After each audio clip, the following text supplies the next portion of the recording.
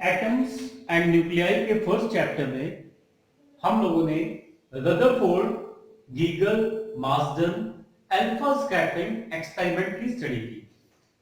अब यहां पे हमारा जो अल्फा पार्टिकल है उसकी ट्रैजेक्टरी कैसी होगी उसके बारे में हम स्टडी करेंगे। तो हमारा आज का टॉपिक है अल्फा पार्टिकल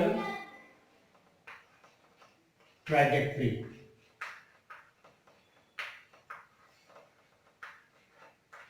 ठीक है, तो देखिए ध्यान दीजिए, हमने जो कंडीशंस पढ़ी उसमें तीन ऑब्जर्वेशन हमें मिले।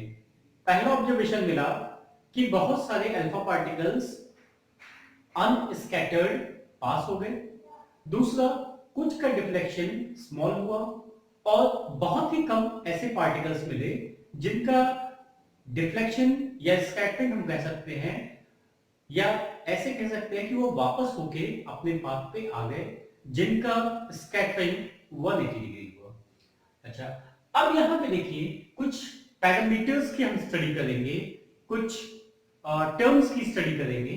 ये हमारा सपोज कीजिए एक न्यूक्लियस है, ये हमारा एक न्यूक्लियस है। अब यहां से देखिए, यहां से हमने ये देखा कि ये अल्फा पार्टिकल इसकी तरफ मूव कर रहा है, अल्फा पार्टिकल। इसके बाद ये जब इसके इन्फ्लुएंस में आया तो ये यहां से 180 का टर्न बना के वापस आ गया। ठीक है, थोड़ा सा ये वापस आ गया इतनी दूर से, इस न्यूक्लियस से। ठीक है, तो ये जो डिस्टेंस है, इस डिस्टेंस को हम डिनोट करेंगे R0 से। इसका मतलब ये हुआ कि अल्फा पार्टिकल किसी भी एक पर्टिकुलर एटम को हम ले रहे हैं, एक्सपेरिमेंट में हमने गोल्ड लिया था तो हम उसी की बात कर रहे हैं। तो ये जो अल्फा पार्टिकल है इस न्यूक्लियस के कितने पास जा सकता है, ठीक है, कि उसके बाद ये क्या करे, वापस अपने पाथ पे रिफ्लेक्ट हो जाए। इस डिस्टेंस को हम कहते हैं डिस्टेंस ऑफ क्लोजेस्ट अप्रोच। मतलब ये कितना किसी भी न्यूक्लियस के पास जा पाया जिसके बाद कि ये फिर रिफ्लेक्ट हो जाए।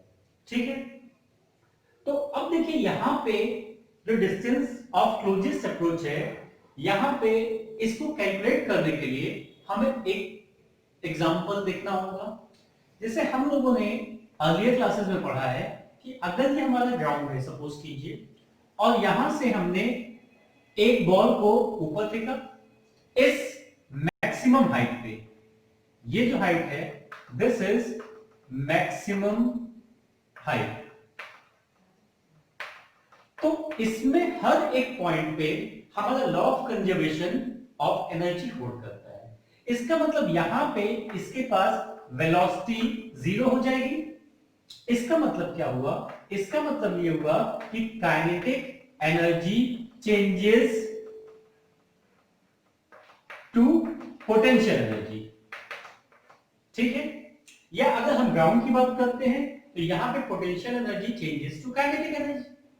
ठीक है, इसी तरह से हमारा law of conservation of energy यहां पे होल्ड करता है। वही सेम केस यहां पे देखिए, ये यहां से पार्टिकल अल्फा पार्टिकल यहां लगाया, मैक्सिमम डिस्टेंस कवर की, और इसके बाद ये वापस जा रहा है। इसका मतलब इस पॉइंट पे अगर हम पूछें तो इसकी काइनेटिक एनर्जी पोटेंशियल एनर्जी में कंप्लीटली चेंज हो गई। या हम ये कह सकते हैं कि यहां पे इस कंडीशन पे इसकी जो काइनेटिक एनर्जी होगी, kinetic energy that is equal to potential energy. ये पोटेंशियल एनर्जी हो जाएगी। और पोटेंशियल एनर्जी का फॉर्मूला हमने पढ़ा है इलेक्ट्रोस्टैटिक्स में कि potential energy 1/4 pi epsilon naught Q1 Q2 upon R, ये होगी। ठीक है, तो अब अगर यहां पे हम काइनेटिक एनर्जी की बात कर रहे हैं अल्फा पार्टिकल्स की, तो हमें पहला जो चार्ज है Q1 यहां पे कितना हो गया, Q1 is equal to 2E हो गया चार्ज ऑन अल्फा पार्टिकल, और Q2 हमारा हो जाएगा जो भी एटम लेंगे उसका atomic number multiplied by E। ठीक है, तो इस केस में ये फॉर्मूला जो हमारा हो जाएगा, ये फॉर्मूला यहां पे काइनेटिक एनर्जी हमारे पास आ जाएगी, kinetic energy that is equal to 1/4 pi epsilon naught Q1 का मतलब हो गया 2E मल्टीप्लाइड बाई Q2, इसका मतलब हो गया ZE। ठीक है, और ये जो डिस्टेंस है, ये डिस्टेंस हम ये R0 ले रहे हैं, तो हमारे पास यहां पे हो जाएगा R0। ये काइनेटिक एनर्जी का फॉर्मूला आ गया। ठीक है, अब यहां पे काइनेटिक एनर्जी को हम सिर्फ K से डिनोट कर रहे हैं, तो ये हमारा K हो गया। अच्छा, हमारा इंटेंशन यहां पे ये है कि हमें R0 की वैल्यू चाहिए, तो R0 को अगर हम इस साइड ले आएंगे तो ये वैल्यू हो जाएगी 1/4 पाई एप्सिलॉन नॉट, और यहां पे हो जाएगा 2ZE multiplied by E square upon K। ये फॉर्मूला हमारे पास बन गया डिस्टेंस ऑफ क्लोजेस्ट अप्रोच। अच्छा, अब यहां से एक बात और समझिए, यहां से एक हमें ये कॉन्सेप्ट मिला कि ये जो डिस्टेंस ऑफ क्लोजेस्ट अप्रोच है, इससे हमें न्यूक्लियस का साइज पता चल सकता है। ये स्टार्टिंग में सोचा गया, तो ये देखा गया कि गोल्ड के लिए अगर इसको हम कैलकुलेट करते हैं, तो गोल्ड के लिए कैलकुलेट करने के बाद हम ये देखते हैं कि R0 की वैल्यू हमारे पास क्या आ रही है। तो यहां पे एक एग्जांपल है, एग्जांपल 12.2, इसको हम सॉल्व करने की कोशिश करते हैं और इसके रिजल्ट को हम ऑब्जर्व करेंगे कि हमारा रिजल्ट क्या सही आ रहा है या कुछ उसमें कमी है। तो यहां पे देखिए, यहां पे दिया है कि in a Geiger-Marsden experiment, what is the distance of closest approach? Example 12.2. Example 12.2. That means we have to find R0, distance of closest approach to the nucleus of 7.7 MeV, million electron volt. इसका मतलब यहां पे kinetic energy हमें दी हुई है, kinetic energy ये दी है 7.7 MeV। ठीक है, और पार्टिकल दिया है अल्फा पार्टिकल। ठीक है, हमारे पास अल्फा पार्टिकल हो गया, और यहां पे हम इसको कंसीडर कर ले रहे हैं गोल्ड के लिए। तो गोल्ड के लिए हमारे पास Z की वैल्यू कितनी हो जाएगी, Z इज इक्वल टू 79, और E पे जो चार्ज होता है 1.6 इंटू 10 पावर -19 कूलम।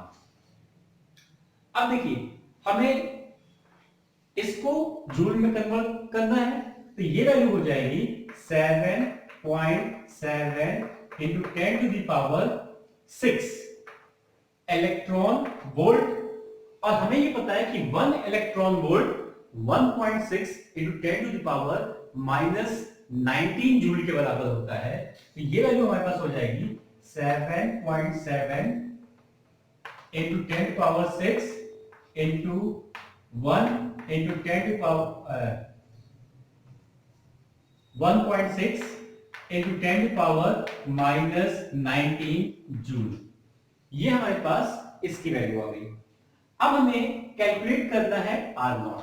तो R0 का फॉर्मूला हमारे पास है, देखिए वहां से 2 Z की जगह 79 हो जाएगा इंटू 79,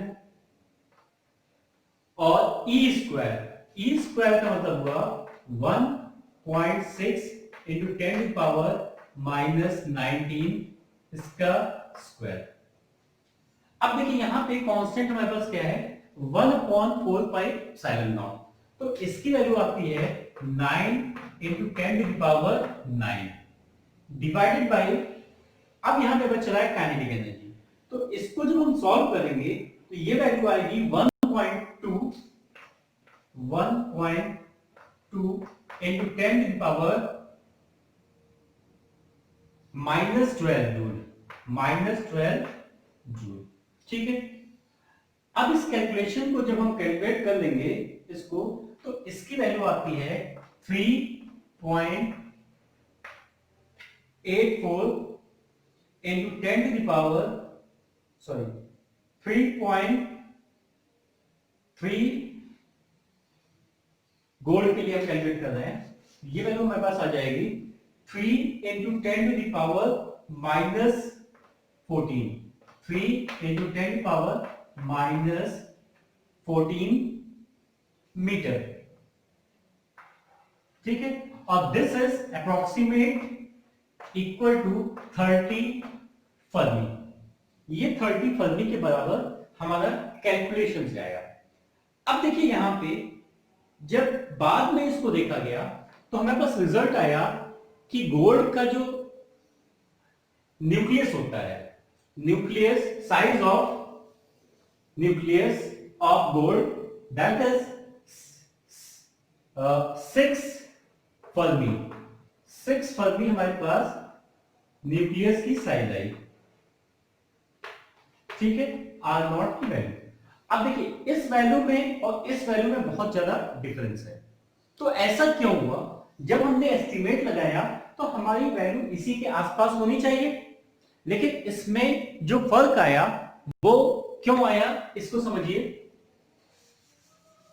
देखिए यहां पे हम एक चीज इग्नोर कर रहे थे, ये हमारा हीलियम एटम है, सॉरी अल्फा पार्टिकल ले लीजिए या हीलियम ले लीजिए, बात एक ही नहीं।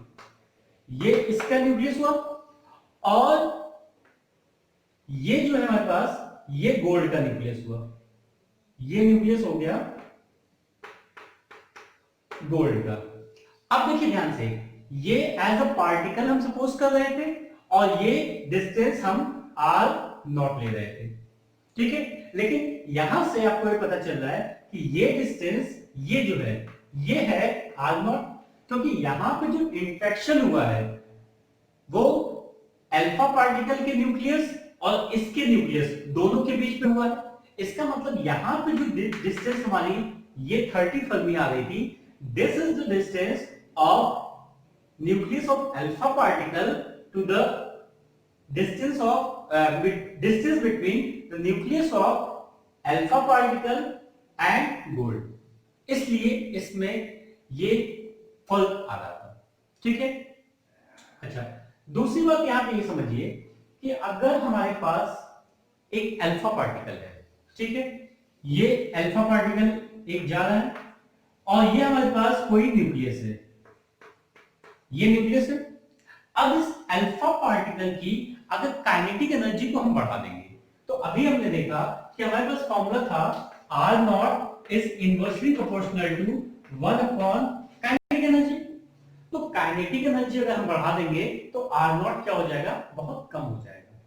जब बहुत कम हो जाएगा इसका मतलब क्या होगा कि यहां पे इसके अंदर जो न्यूक्लियर फोर्सेस हैं, न्यूक्लियर फोर्स वो डोमिनेंट हो जाएंगी और वो इसको क्या करेंगी, ये उसको पेनिट्रेट करते हुए निकल जाएगा। इसका मतलब डिस्टेंस ऑफ क्लोजेस्ट अप्रोच का कॉन्सेप्ट वहीं पे एप्लीकेबल है जहां पे हमारे पास अल्फा पार्टिकल की काइनेटिक एनर्जी एक certain amount of kinetic energy से कम हो। ठीक है, तो ये बातें हो गई हमारी distance of closest approach.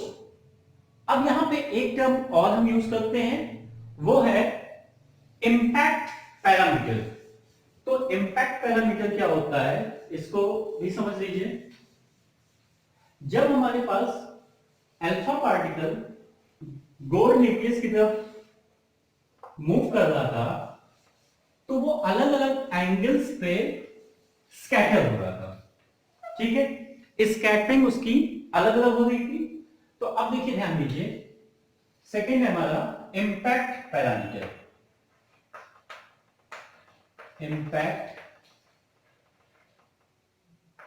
Parameter, इसको हम स्मॉल b से डिनोट करेंगे। ठीक है, अब देखिए क्या हुआ, ये हमारे पास न्यूक्लियस था, ये न्यूक्लियस था। ठीक है, अब ये एक अल्फा पार्टिकल यहां से गया, ये, ठीक है, और ये यहां से थोड़ा सा डिफ्लेक्ट हो गया इस तरह से, ये हमारा एक्सिस था, ये थीटा एंगल पे डिफ्लेक्ट हो गया। ठीक है, ऐसे ही क्या हुआ कि ये पार्टिकल इसके पास गया और ये वापस आ गया। ठीक है, यहां से ये पार्टिकल गया इसके पास, इसको जाना ऐसे था, और ये भी यहां से थोड़ा सा स्कैटर हो गया। अब इसके ऊपर का हम देखते हैं, तो इसके ऊपर का ये पार्टिकल जो है, इसकी डिस्टेंस ज्यादा है, तो इसका डिफ्लेक्शन क्या होगा, ये डिफ्लेक्शन बहुत कम होगा, इसको ऐसे जाना था। इसका मतलब हम ये देख रहे हैं कि अगर ये न्यूक्लियस को हम दे दें, न्यूक्लियस के सेंटर को, तो ये कुछ डिस्टेंस है और ये कुछ डिस्टेंस है, तो जितनी ज्यादा डिस्टेंस न्यूक्लियस से ये परपेंडिकुलर डिस्टेंस बढ़ रही है अल्फा पार्टिकल के डायरेक्शन में। ठीक है, जिस डायरेक्शन में अल्फा पार्टिकल बढ़ रहे हैं, उस डायरेक्शन की सेंटर ऑफ न्यूक्लियस से जो परपेंडिकुलर डिस्टेंस है, जैसे जैसे वो बढ़ रही है, हमारा डिफ्लेक्शन कम हो रहा है। अब इसके ऊपर मान लीजिए कोई पार्टिकल था, अनडेविएटेड चला गया इनके इन्फ्लुएंस में। ठीक है, तो इसी चीज को हम यहां पे एक नाम देंगे और उसको कहेंगे इंपैक्ट पैरामीटर। इस डिस्टेंस को b हम ले रहे हैं। ठीक है, ये इसके लिए भी b रहेगा, इसके लिए भी b रहेगा, लेकिन सबके लिए इसकी वैल्यू अलग हो जाएगी। तो यहां पे हम इंपैक्ट पैरामीटर को डिफाइन कर रहे हैं, it is the perpendicular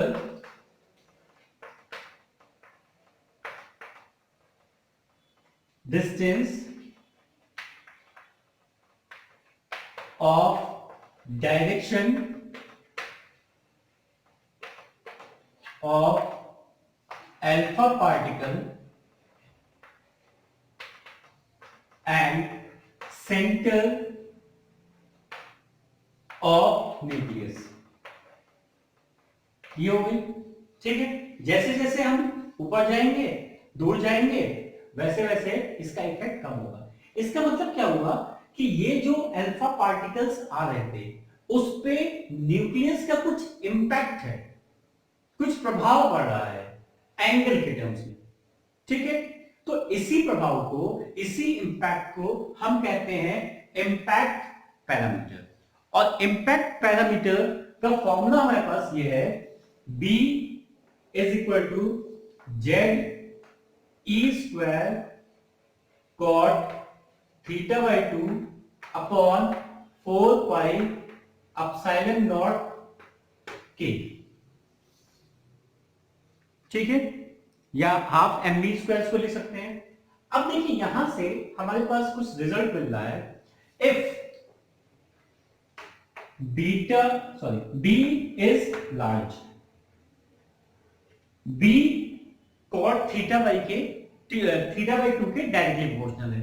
तो B अगर लार्ज होगा, it implies cot theta by 2 is large, ये लार्ज होगा और ये लार्ज होगा, इसका मतलब हमारे पास क्या हो गया कि theta is small. Theta small होगा, इसका मतलब क्या हो गया कि जो स्कैटरिंग होगी हमारी, scattering is small. Alpha particle इस समय कम स्कैटर होगा। ठीक है, दूसरी बात इसी में देखिए, एंड वाइस वर्सा। इसका मतलब ये हो गया कि अगर b हमारा स्मॉल होगा तो cot थीटा बाई 2 भी स्मॉल हो जाएगा, और उस कंडीशन में थीटा हमारा बड़ा हो जाएगा, और जब थीटा बड़ा हो जाएगा तो हमारा पार्टिकल की स्कैटरिंग भी बहुत ज्यादा होगी। इसका मतलब हमारा पार्टिकल कितना स्कैटर करेगा या उस पे न्यूक्लियस पे कितना इंपैक्ट पड़ेगा, that is given by impact parameter. ठीक है, और वो कितना पास जाएगा वो हम ऑब्जर्व करेंगे डिस्टेंस ऑफ क्लोजेस्ट अप्रोच से। ठीक है, तो इस लेक्चर में यही दो टर्म्स हम डिस्कस करते हैं। इसके बाद हम डिस्कस करेंगे कि इलेक्ट्रॉन की एनर्जी क्या होती है, किस टाइप की एनर्जी होती है, कितना काइनेटिक एनर्जी होगी, कितनी पोटेंशियल एनर्जी होगी और कितनी टोटल एनर्जी होगी, और उसका क्या यूज है स्पेक्ट्रम में। हाइड्रोजन स्पेक्ट्रम को जो हम स्टडी करेंगे तो उसमें उसका क्या यूज है।